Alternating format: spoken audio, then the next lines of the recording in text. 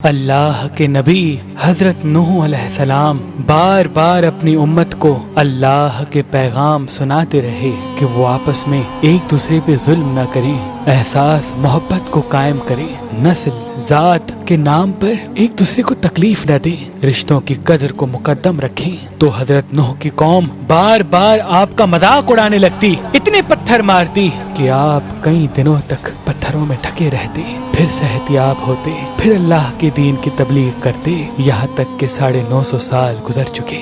بالآخر اللہ کے نبی نوح علیہ السلام نے ہاتھوں کو بلند کر کے اللہ کی دربار میں دعا کی کہ اے اللہ، یہ میری امت کبھی ہدایت نہیں پائے گی۔ اے پروردگار، یہ تیرے عذاب کا مذاق اڑاتے ہیں، انہیں دکھا کہ تو کیا طاقت رکھتا ہے۔ تو بس اللہ کا حکم نوح علیہ السلام کے لیے آیا کہ اے نوح، ایک کشتی تیار کر اور اس میں پورے جہان کے چرند پرند کو اور ان انسانوں کو شامل کر جو تم پہ ایمان لے آئے۔ تو یوں اللہ کے نبی حضرت نوح علیہ السلام نے درخت اگائے اور کشتی بنانے میں لگ گئے۔ وہ پوری قوم ہنستی رہی اور نوح علیہ السلام اللہ کے حکم کو تسلیم کر کے اپنے فعل میں مصروف رہے۔ تقریباً 100 سال کے بعد وہ کشتی تیار ہو گئی اور نوح علیہ السلام تمام چرند پرند کے جوڑوں کو ان کشتی میں سوار کر ہی رہے تھے کہ اتنی دیر میں سانپ اور بچھو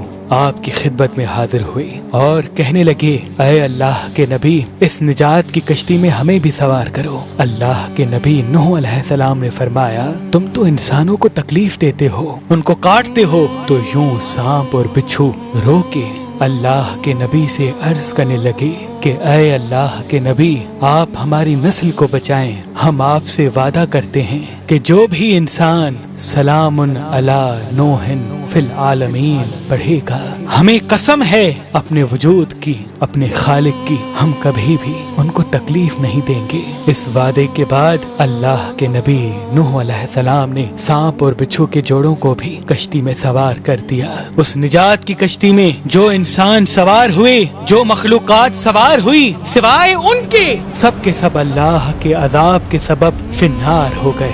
طوفان تھمنے کے بعد اللہ کے نبی نوح علیہ السلام نے زمین کو پھر سے آباد کیا، ہر مخلوقات زندگی بسر کرنے لگی، لیکن اس آیت کو کسی بھی حیوان نے آج تک نہیں بھلایا، اور اللہ پاک نے اپنے کتاب کی سورہ صفات میں اس آیت کو محفوظ کر دیا۔ آج بھی جنگل بیابان میں جب بھی کسی سانپ، بچھو یا حیوان کے سامنے جب اس آیت کو پڑھا جاتا ہے کہ سلام علی نوح فی العالمین، تو سانپ ہو، بچھو ہو یا کوئی بھی حیوان و جن اس آیت کے احترام اور اس کے پسے پشت وعدے کو سمجھ کے اس انسان کے قریب نہیں آتا۔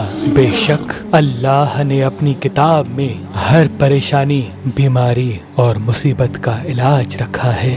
اللہ کے ولی حضرت شاہ شمس تبریز نے فرمایا کہ حسینی عقیق پہننے سے نظر، تعویذ، جادو انسان پہ اثر نہیں کرتے اور انسان کے کاموں میں رکاوٹیں ختم ہونے لگتی ہیں۔ تو ابھی ہماری ویب سائٹ مہربانی.com پہ آئیں اور یہ پتھر حاصل کریں۔ آپ اپنا لکی پتھر ہماری اپلیکیشن جو گوگل پلے اسٹور اور آئی فون ایپ اسٹور پہ موجود ہے ان سے بھی حاصل کر سکتے ہیں۔ مزید معلومات کے لیے ہمارے نمبر پہ کال کریں۔ اللہ آپ کو سلامت رکھے۔